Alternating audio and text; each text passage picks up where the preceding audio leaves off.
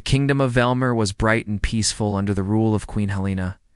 Her palace stood tall above the city, its towers shining in the afternoon light. Farmers worked their fields beyond the walls, merchants crowded the marketplaces, and songs of joy filled the air. Yet for Helena, even the songs of joy sometimes sounded like distant echoes. The crown was heavy, and peace was never certain. She had become queen at a young age after her father's passing. From the first day on the throne, she faced endless task stacks to balance, borders to guard, and nobles to keep in check. The council spoke of duties and alliances, of treaties and bloodlines. They told her she must marry soon and marry wisely. The fate of the kingdom, they said, could not depend on her alone. But Helena wanted something that was truly hers, not built on duty, not shaped by politics. She had seen how alliances of power turned to ash when hearts were cold. Her parents had married for diplomacy, not affection. She had sworn she would not repeat it. It was on a quiet afternoon when she slipped away from the palace guards to visit the craftsman's quarters that she first met Ethan. He was repairing an old clock in his small workshop on the edge of town. His clothes were plain, his hands marked by years of careful labor. Other craftsmen looked up nervously when the queen entered, but Ethan simply bowed his head and went on working. The ticking of gears and soft scratching of tools filled the silence. Helena watched him for a moment. "May I see what you are fixing?" she asked. He nodded and handed her the clock. It was simple but elegant, its gears polished, the frame made of fine wood. He spoke softly as he explained how it worked, pointing out the delicate pieces that turned together to keep perfect time. His words were calm, his tone steady. "You care for your work," Helena said. "It shows." "I try to restore what others forget," Ethan replied. He smiled faintly. "Sometimes even the smallest thing can last longer than those who built it." For some reason, those words stayed with her. Over the next weeks, she found excuses to return. Sometimes to commission small repairs for the palace, other times simply to listen to him talk about his craft. He spoke gently, without flattery or fear. He treated her like a person, not a symbol. That was new to her. Ethan had an easy warmth that drew people in. The market women greeted him by name. The children sometimes ran to him for small toys he carved in his spare time. He never boasted, never sought favor. He seemed content with his quiet life. The palace began to whisper about the queen's visits. The nobles frowned and muttered. "A queen should not linger among common men," one said. Another warned her, "Love makes a ruler weak." But Helena ignored them. She felt peace in his presence, kind of peace that the palace halls never gave her. Months passed before she spoke her heart aloud. It happened one evening when the setting sun poured golden light into the city. Ethan stood by the old fountain near the palace gate, the hum of crickets filling the air. She looked at him and said, simply, "You make me feel human again." He did not answer at once. He set aside his tools and looked into her eyes. Then he said, "If being human brings you peace, then keep it close, even on your throne." Their marriage came as a storm to the court. The nobles were speechless. The council raged. The press of visitors grew endless, all demanding explanation, but Helena stood firm. "I am Queen of Valmer," she said in the grand hall. "I choose a husband, not a title." Ethan bowed humbly as the council fell silent. He did not seek gold or favor. He simply took her hand when the ceremony began, and in that quiet touch the world seemed to slow. In the days that followed, he lived simply, even within the palace. He wandered the gardens with the gardeners, helped the smiths in their forges, and repaired ancient devices long forgotten. Servants learned to smile when he passed, for he listened to their troubles and remembered their names. To most, he seemed harmless, gentle, perhaps even dull. Some nobles laughed and called him the Silent King. Others predicted their marriage would not last a year. But Helena knew something they did not. Beneath that calm voice, beneath the simple manners and patient eyes, there was a stillness that felt unshakable, as if he carried a world of storms behind his silence. She often found him awake before dawn, writing notes or sketching designs that no one else understood. When she asked what they were, he would just smile and say, "Ideas for a better world." Helena would smile back, thinking nothing more of it. For now, they shared calm days, quiet evenings, and laughter beneath candlelight. The kingdom called him humble, and so he was. But time, as the old craftsman had said, never stops moving. And one day, the gears of fate would turn again, revealing the truth about the humble man the queen had married. The peace in Valmar did not last long.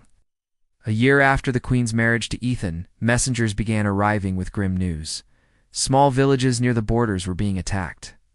Armies from the eastern realms had joined their strength, claiming the rich lands of Valmar for their own. Those who fled spoke of battles already lost, farms burned, and soldiers retreating. Queen Helena gathered her generals and council in the war room. The air was heavy with fear. Maps covered the great table marked with black ink where the enemy had crossed the borders. The generals argued over strategies. Some wanted to fight at once. Others begged for surrender, saying their forces were too weak. Helena listened, but every word from her advisors sounded uncertain. She sat straight, her golden crown catching the firelight, though her heart was full of worry. She looked around the room and saw doubt in every face. Then, from the back, she noticed Ethan standing quietly. He never spoke in these meetings. The council seldom asked his opinion, dismissing him as the queen's gentle husband. But that evening, when the arguing grew loud, Ethan's voice rose above the noise. It was calm and clear. "You cannot win by fighting as you always have," he said. The generals turned to him, surprised that the quiet man dared to speak. One of them laughed bitterly. "And what would you know of war, craftsman?" Ethan looked at the table where the maps lay spread. "Enough to see that battles are often lost before they begin," he said. He traced his finger across the map, following the rivers and hills like he knew them deeply. "The enemy will not attack where you expect. It will strike through the Western Pass. If they cross there, they will reach the capital in a week." The room fell silent. The generals frowned and studied the map. The Western Pass was narrow and dangerous. Forgotten by most commanders, it seemed impossible for large armies to pass through. But Ethan's tone left them uneasy. Helena said softly, "How do you know this?" Ethan met her eyes. "Because I once built the defenses along that pass. I know its strength, and I know its weakness." For the first time, Helena realized that Ethan spoke with the quiet certainty of someone who had seen more than peace could explain.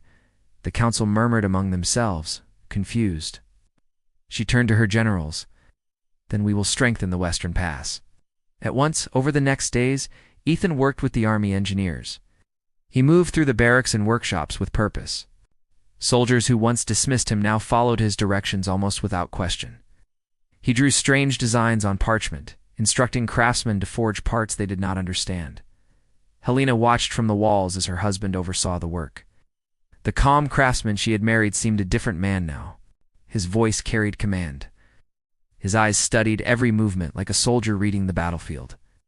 He asked for materials from ancient storerooms, long sealed, and when the guards protested, he reminded them that the queen herself had given him authority. When Helena went to him one night after the workers had gone, she found him standing before a half-built structure near the pass. It looked like a tower, but surrounded by mechanical arms and heavy gears unlike anything in her kingdom. Torches flickered around them as the wind howled.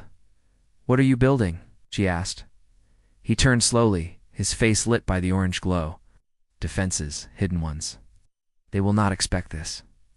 His tone was simple, but held a quiet power that made her heart tighten. She stepped closer and said, "You once swore you hated war." "I still do," he said. "But I will not let war take you." Those words struck her deeper than any promise before.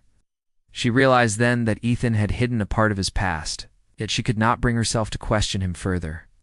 There was a gravity to his actions that told her he did not work from pride, but from necessity. Days became nights as the defenses rose along Valmir's borders. New machines of strange design stood behind the walls. Soldiers whispered of traps that could swallow entire battalions, of hidden fires that would rain from the cliffs. Ethan taught them not to fight harder, but smarter. When they faltered, his steady voice lifted them again. When the enemy finally arrived, their banners darkened the horizon. They numbered in tens of thousands, filling the fields like a living storm. People in the capital began to panic. Some council members urged Helena to flee and seek safety in the Western Isles, but she refused. She stood on the highest balcony and watched the army of Valmar ready itself under her husband's command. Ethan moved among the ranks, adjusting machines, speaking quietly to the generals, who now bowed their heads before him. Helena's heart filled with pride and fear. The humble craftsman from the city's edge now stood as the unshakable center of her kingdom's last hope. The drums of war beat in the distance as the enemy approached. Ethan climbed the wall beside her, looking out toward the dark fields. He took her hand gently. "No matter what happens, the people will remember this day," he said. "They will remember that Valmar stood." She looked at him, the man she thought she knew, and saw someone far greater than any noble or knight. Then, as the first horns of battle sounded across the plain, he stepped down from the wall, his calm steps carrying him into the storm that waited beyond. The gray morning came with the smell of smoke carried from the distant hills. The people of Valmar stood behind their walls in silence, waiting. The enemy had reached the western pass just as Ethan had said they would. Clouds hid the sun, and the city seemed to hold its breath. The queen walked through the courtyards, speaking gentle words to those who were afraid. Her heart trembled inside her, but her face stayed calm. Everywhere she went, she saw signs of Ethan's work. He had turned the walls into living defenses. Stone towers now hummed softly with power. Hidden gates could open or close at a touch. Machines of strange design sat under tarp covers, waiting for his signal. Soldiers whispered about him with both fear and respect. Some said he had once been a war hero who vanished after a great loss. Others claimed he had studied the minds of generals and could predict any tactic. Helena tried not to listen to their guesses, but she couldn't silence her own curiosity. The man she loved, who had once repaired clocks and carved wooden toys for children, had become someone entirely different. She longed to ask him the truth, but knew this was not the time. The city needed both of them strong. That evening, she found him alone in the war room. Maps were spread before him, marked with small figures and lines drawn in his careful hand. The firelight flickered, showing the faint wear on his face. He looked tired, yet his eyes were sharper than ever. "You have been awake for days," Helena said softly. "There will be time to rest after peace returns," Ethan replied without looking up. She stepped closer. "You speak like a soldier."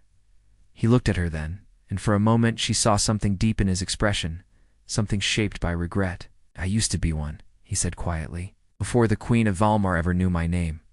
The words echoed in the small room. She stared, unsure if she had heard him right, but he continued before she could speak. "Years ago, when the kingdoms still fought for the northern border, I served as an engineer for the old army of Valmar. I built weapons meant to end wars quickly. I thought I was saving lives, but those same designs destroyed villages and families. I watched cities burn because of my work. So when peace was signed, I left it all behind. I swore never again to build for war." Helena's chest tightened. Everything made sense now, the precision in his plans, the way he understood battlefields, the quiet sorrow sometimes hidden behind his eyes. "Then why come back to it now?" she whispered. He looked back to the map and placed his hand over the drawing that marked the capital. "Because this time, it is not for glory or revenge," he said. "It is for you, for the people, for something that still deserves to live." The next morning, the first attack came. The enemy advanced in waves, their drums shaking the ground. Helena stood on the inner wall as the city bells rang. Arrows flew through the air like dark rain. The invaders tried to climb the cliffs of the western pass, but the moment they reached halfway, flashes of light burst from hidden channels built into the rock. Fire poured down and swept through the valley. The attackers screamed and scattered as the defenses roared to life. Ethan stood on the outer platform, giving orders with a steady voice. His movements were calm and sure, his commands simple. Every part of his preparation unfolded exactly as planned. He had turned the old pass into a fortress that seemed to fight on its own. As the day went on, the enemy changed tactics. They sent siege engines forward to break the walls. Ethan gave another short command, and sections of the outer road collapsed, swallowing the machines into hidden pits filled with burning oil. For hours, the city held. Soldiers who once doubted the quiet craftsman now shouted his name as a battle cry. Helena watched it all from above, her heart filled with pride and fear. Every time Ethan moved closer to danger, her hands trembled. She could see that he did not fight for victory alone, but to protect every life inside those walls. By nightfall, the battle slowed. The fields below were black with smoke. The invaders had retreated to regroup. Inside the city, cheers erupted from the exhausted soldiers. They had survived the first day. Ethan returned to the palace long after dark. His armor was dusty, his hands burned from the heat of battle. Helena met him in the courtyard, and for a moment neither spoke. Then she wrapped her arms around him. "You saved us," she said. He shook his head. This was only the beginning. Moonlight glowed faintly on the towers. From the far hills came the echo of drums once more. The enemy was not defeated, only delayed. But now, everyone in Valmur understood that their quiet king was not merely humble. He was something far greater, stronger than their fear, wiser than their generals, and utterly devoted to the woman who had trusted him when no one else did.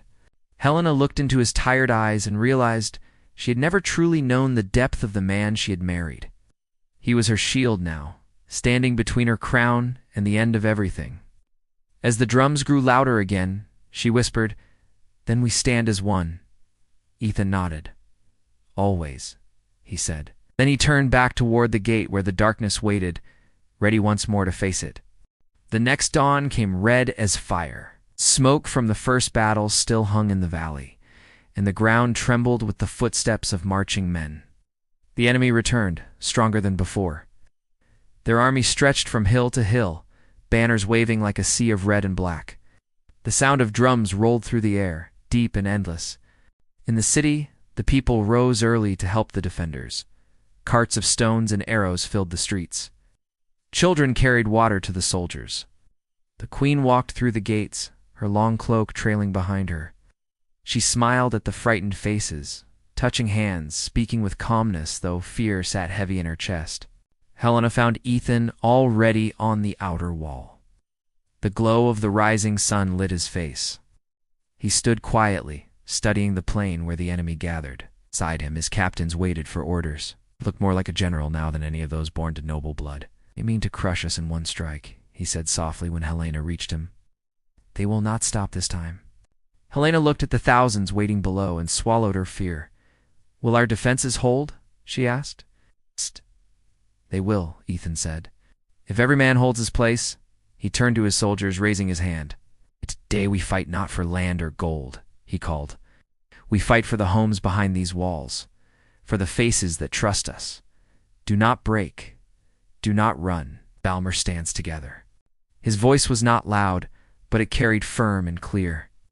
The soldiers raised their weapons in answer. Strange silence followed, as if the whole city drew breath together. Then the drums sounded again, and the storm began. The enemy struck the gates with heavy rams. The first blows shook the walls. Arrows flew thick as rain. But when the invaders tried to climb, they found the stones slicked with oil and could not hold their footing. Ethan gave a signal, and hidden traps opened from the ground, sending bursts of flame and smoke among their ranks. From the towers, defenders launched volleys of fire. Machines built by Ethan turned and locked with perfect rhythm, sending streams of burning pitch down the slopes. The pass became a pit of chaos, filled with fire and shouts and twisting smoke. Helena stood on the main tower watching in awe. She had known he was clever, but this was beyond her imagining. He had turned the land itself into their ally, using the shape of every hill, every stream, every shadow. Each time the enemy believed they had found a weakness, another trap awoke. Hours passed. The battle grew louder, the sky darker with smoke.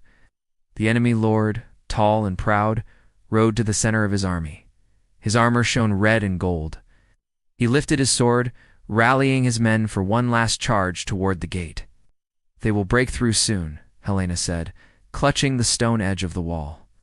Ethan wiped dust from his face, his eyes steady. "If they come closer, I will go down there," he said. "I will not let you," she answered. He smiled faintly. "I was never meant to stay behind walls." Before she could reply, the enemy ram struck once more, louder than thunder. The gate shuddered, splintering under the force. The soldiers near it stumbled back. Ethan turned, drew his sword from his side, and ran down the steps. Helena called after him, but he was gone. She could only watch as he moved through the chaos of the courtyard, calling men to follow him. He reached the gate just as it burst open.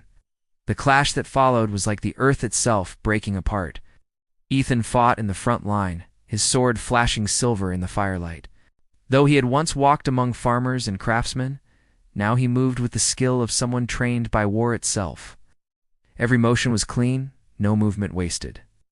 The soldiers took courage from him, gathering behind his lead.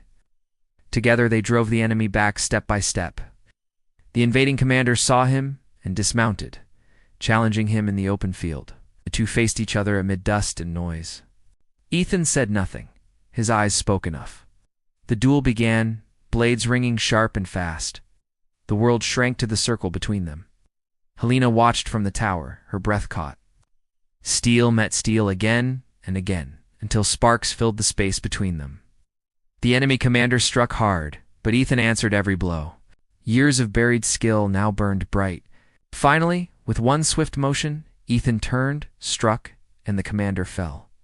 When the enemy saw their leader fall, chaos spread through their ranks. Fear rippled across the field. Soldiers began to retreat, their courage breaking under the weight of defeat. The bells of Valmar rang. The defenders shouted in triumph. The invaders pulled back through the valley, leaving behind their dead and broken machines. Ethan stood still amid the smoke, breathing hard, his sword hanging at his side. The men around him cheered his name, but his eyes only searched for Helena. When he saw her standing on the wall, relief softened his weary face. That night, the fires on the plain faded. The city was safe, at least for now. Helena met him at the palace steps. Blood marked his armor, dust stained his face, but his smile was gentle. "You fought like 10 men," she said in wonder. He shook his head. "I fought because I could not lose one heart that beats inside these walls." For a long time they stood together as the wind carried the smell of rain across the city. The war was not yet over, but the people of Valmar had seen what true strength looked like. Their humble king had become their shield, and their queen had become his light. When dawn came again, it rose over a kingdom that still stood because one quiet man had chosen to fight. The city of Valmar was quiet after the storm of battle. The air smelled of wet ash and iron. Rain had fallen during the night, washing the blood from the streets. Broken arrows and torn flags lay scattered across the fields beyond the walls. Yet, for the first time in many days, the sun rose clear above the east tower.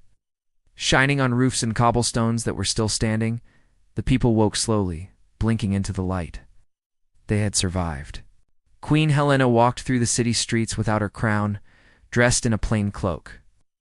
Wherever she went, people bowed to her with tears in their eyes. Some tried to thank her, but she only shook her head and smiled faintly. "Thank him," she said each time. "He's the reason we still have a morning to see." Up on the battlements, Ethan stood watching the far hills. His armor was gone, replaced by the same simple clothes he had always worn before war came. His hair was damp from the rain. He looked tired, but his eyes were steady and peaceful. Behind him the workers cleared the ruins, soldiers carried the wounded, and young men rebuilt the wooden gates that had cracked under the enemy's blows. Helena joined him there. For a while they said nothing. The sound of hammers echoed softly in the distance. Finally she asked, "Is it truly over?" Ethan shook his head. "Not yet. The enemy will remember what happened here. They will not forgive the loss." "They may return in time. Then we should prepare again," Helena said. "Yes," he answered, "but not only with weapons. If Valmar is to survive, it must be wiser, not just stronger." Helena turned to face him. The wind played with the edge of her cloak. "You once said you hated war," she reminded him. "I still do," he said quietly. "Every victory smells of sorrow. Every win costs something we never get back. But sometimes peace wears armor, and someone must bear it long enough to make peace possible again." She reached for his hand and held it in hers. "To make peace feel real," she said. He smiled faintly, though sadness lingered in his eyes. "You gave me something worth protecting. Before you, I worked to fix broken things made by other men. Now I understand that I wanted to fix the world itself." Down below, children ran between the workers, playing among piles of stone that yesterday had been walls of fire. Their laughter rose high and clear. Lena listened to it and felt hope stir again. Ethan looked at the children too. That sound, he said softly, is why we fight and why we stop fighting. Over the next weeks, the kingdom began to heal. Word spread far and wide about the battle. Travelers brought stories to other land stories of the quiet craftsman who had stood against 1,000 soldiers, who had built defenses like no one had seen, who had led men without shouting. They called him the humble king who fought like a legend. But when people came to Valmar hoping to see this man of war, they found only a gentle figure walking among the builders, helping them raise walls and clean rivers. Ethan avoided all ceremonies. When the council tried to name him commander of the realm, he refused. The strength of one man fades, he said simply. The strength of a kingdom lives in its people. Helena watched him day after day, her love for him deepening even more. She would see him kneel beside the wounded, speak softly to widows, or draw new plans for bridges instead of weapons. The people followed his example. Soldiers who once carried swords now helped plant fields. Smiths who forged blades turned their forges toward tools. At night, when the work slowed and the stars filled the sky, Helena and Ethan often stood together on the same old wall where they had once waited for war to come. They spoke of rebuilding the countryside, of teaching children not only how to fight, but how to think and create. One quiet evening, Helena looked at him and said, "You could have ruled as a hero." He smiled. "I never wanted to rule. I just wanted to stand where I was needed." The wind carried the soft sound of distant music from the city below. A tune played in honor of the fallen and the brave. The moon rose, silver and calm, over the restored gates of Valmar. Ethan looked over the land that had nearly been lost and then at the queen beside him. "Peace is not the absence of danger," he said. "It is the promise that we are stronger than fear." Helena's heart grew warm at his words. She touched his shoulder gently. "Then promise me we will keep that peace," she said. He turned to her, his eyes steady and kind. "As long as I live," he said, "and long after." The wind blew gently through the banners over the palace, filling them with light. The people of Valmar sang in the streets below. The scars of war would take years to fade, but life had returned. From that day, the kingdom of Valmar became known not for its power, but for its courage and its compassion. And in every story told across the lands, people spoke of Queen Helena and her quiet husband. Ethan, the man who had shielded a nation and then taught it how to stand in peace once more. And when the sun set over the city, its light fell softly on their joined hands, reminding all who saw them that true strength is not in grand words or crowns, but in the hearts that refuse to give up when the world falls to fear.